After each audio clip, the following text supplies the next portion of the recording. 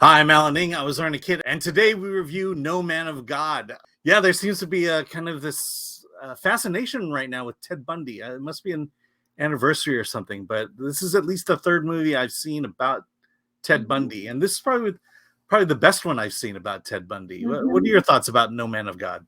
Agreed. And I think one of the reasons it was the best of the three, which one starred Zac Efron as Ted Bundy, and the other, I think, starred Chad, Michael Murray yeah, as, Chad Michael yeah. Murray.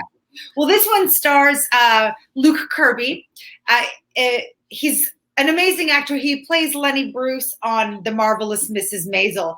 This guy certainly has a knack of playing real life people and really inhabiting them and making them his own while totally convincing you that he is that person. This is So no. should I be scared? That's the thing. Yeah. Well, yes, you should, you should be scared of watching him here, but you should thoroughly enjoy him as Lenny Bruce on Marvelous Mrs. Maisel and just marvel at how versatile this actor is.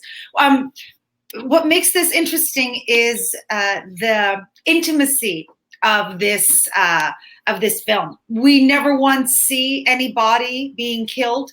We don't see anything gruesome. It's all exposition, almost like a play, conversation between two people. And it's all left to your imagination. And they always say the mind is more powerful than anything else in the world. So by having us have to listen and picture things makes this much more powerful. Yeah, I think we should mention that Elijah Wood is on the other end, and he plays FBI analyst Bill Hagmaier, and kind of it's the attempt to kind of grow and establish the profiling program over at the FBI, and who better than Ted Bundy to kind of start things off? Yeah, and I think part of what is so fascinating about it was Bundy's willingness to talk about. Talk about his life, his feelings, to be a participant in this, and to find that trust within Hagmaier to do it. And I think the thing that I connected with the most is just the story itself, because I grew up at the time where Ted Bundy was going around killing people, killing women. I remember they were looking for him, and then they finally found him, and we found out who he was. And then I was even very closely tied to one aspect of the movie where Dr. James Dobson goes in and does a in-depth interview with Bundy to kind of make the connections between pornography and the serial killing of women, which I think even today we question whether that connection really exists. Well, interesting that you mentioned about Bundy finding a connection with this police officer. By the way, this is based on actual recordings and Hagmaier's own recollection, if I recall correctly. Yeah. My recollection. It is, yes. And so I love. This is one might call this an origin story, because it is the origin of how this particular division of the FBI was formed. Our cop, played by Elijah Wood, was one of the first four officers in this division. So that in itself, to me, was something that I found very interesting and very fascinating. But the thing is Bundy was good manipulator. I mean, he was able. He got away with a lot, clearly. He committed the crimes and got away with a lot of it. And just off his good looks and his ability to manipulate. Exactly. Power of persuasion. And when you are watching this two-hander, you never quite know if he is really trusting in being vulnerable with Elijah Wood, or if he is simply manipulating him and pulling the wool over his eyes.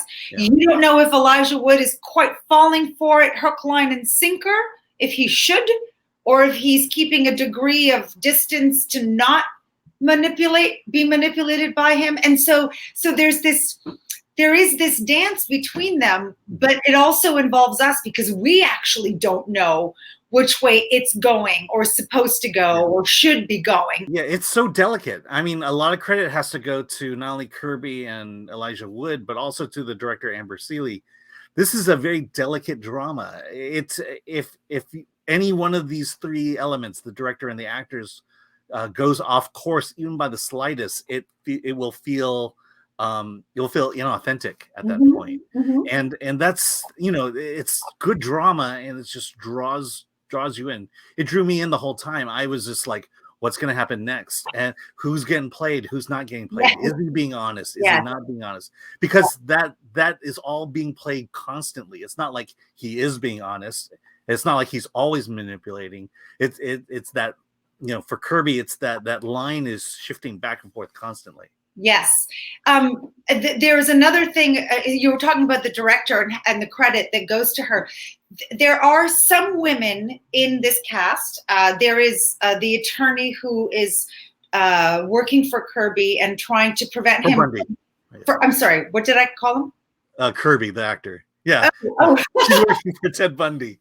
Who's working for Ted? Sorry. Who's working for Ted Bundy and trying to get him to not get the death penalty, because there is a ticking clock here in this movie that actually heightens the entire situation, because there is a death penalty looming. And then there are random women kind of populated throughout. There's a news crew that comes in, or a preacher who comes in to interview him, and one of the PAs is a woman.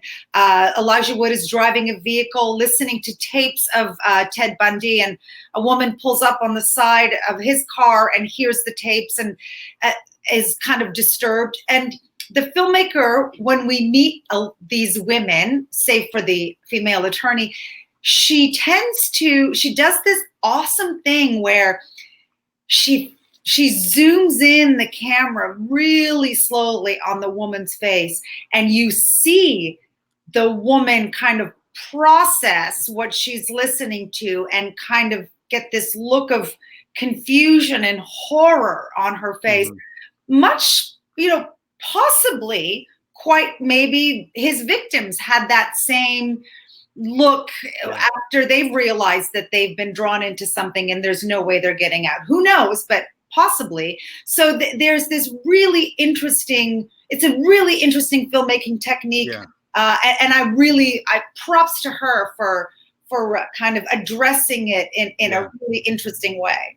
Well, let me add also this element of sympathy, this idea of, I think there is this tension between whether Ted Bundy is a sympathetic character, is being portrayed as a sympathetic character. There are times where you feel sympathy until you realize or have to remind yourself of what this guy did. And it's not like there's a question about whether he did it or not. We do ultimately find out that he did. I mean, look, it's history. There's no spoilers here. But the thing is that I do love this tension that went on in my own mind of, I'm feeling sympathy, but I have to stop, and I can't. I just can't get myself to do that. So then you find yourself getting a little bit manipulated and played, and then you resent that, and you're like, wait. But then there is a great scene, great monologue that Luke Kirby does as Ted Bundy, where he actually does describe a particular gruesome act that he committed. And the way that is done, spliced between Elijah Wood's face and Luke Kirby's face, and the words that are coming out of that and what you are imagining, it is very chilling. It is quite disturbing. And that's when you're like, oh, no sympathy, when you hear that. Like it's a psychological toying with your head. Yeah. Now let's ratchet up one extra notch. There's a theological aspect to this movie, and it's this idea of the deathbed declaration. Both Hagmaier and Bundy, they wrestle with this idea of forgiveness. Of could Bundy find forgiveness? Could he find salvation in a way? I will tell you that it doesn't answer the question, but that idea is wrestled with. Is at the very end, there's this idea that Hagmaier wants Bundy to confess his crimes so that the families can have peace, and then in a way he can find peace. And to me, that's what I love about movies, is just to bring up this discussion and really challenge things that I believe in my own life and my own faith and my own personal life, and just really kind of knock it on its edge and make me have to chew and think it over. And I think this movie does exactly that. Sure. At one point, the officer says to the attorney, it's between him and God now. But is it between him and God? What about all the families that didn't get that closure? You have this televangelist type guy who comes in and does this TV interview with Bundy and essentially, very publicly, pardons him, not pardons him, but like brings him closer to God with the Bible and everything, like, oh, that he's gonna die he's going off to his deathbed with having made peace with God. And that's also well, let me address that one, because that's Dr. James Dobson, and I was actually listening to his program a lot on the radio, and I do remember the time in which he actually did this interview with Bundy, and I think they portray him as a televangelist, and he really doesn't fall in that end of things. And I remember when I was listening to the actual Bundy interview and his commentary on it, it was, I don't think Dobson ever felt like he did receive salvation, or that he did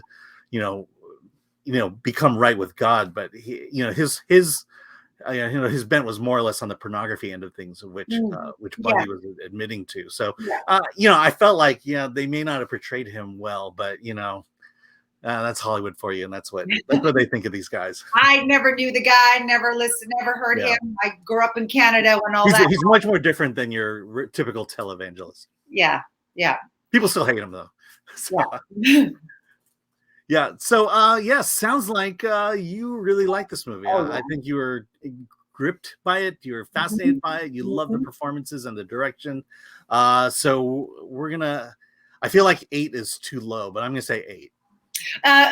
Yes, it's 8.5 is what I'm giving it. 8 did feel a little bit low. It definitely was better than an 8. These are two very strong performances. These are familiar faces, but their familiarity didn't take us out of the roles that they were playing. I think you liked it as much as I did, and probably even more so because you grew up here and you have a historical connection to that time. So I would venture to say that you perhaps gave this film a 9. No, I gave it 8.5. I agree with you for the most part. I love a movie that I'm just engaged with, that I'm thinking about constantly, that I'm thinking so much sometimes that I'm drawn out of the movie because I'm in my own head. But the performances in here are great. Yeah. And I think, I do appreciate the fact that Kirby does try to be him as opposed to be some kind of caricature of a serial killer at this point. And I think that's what makes this movie, like you said, superior. Go see No Man of God.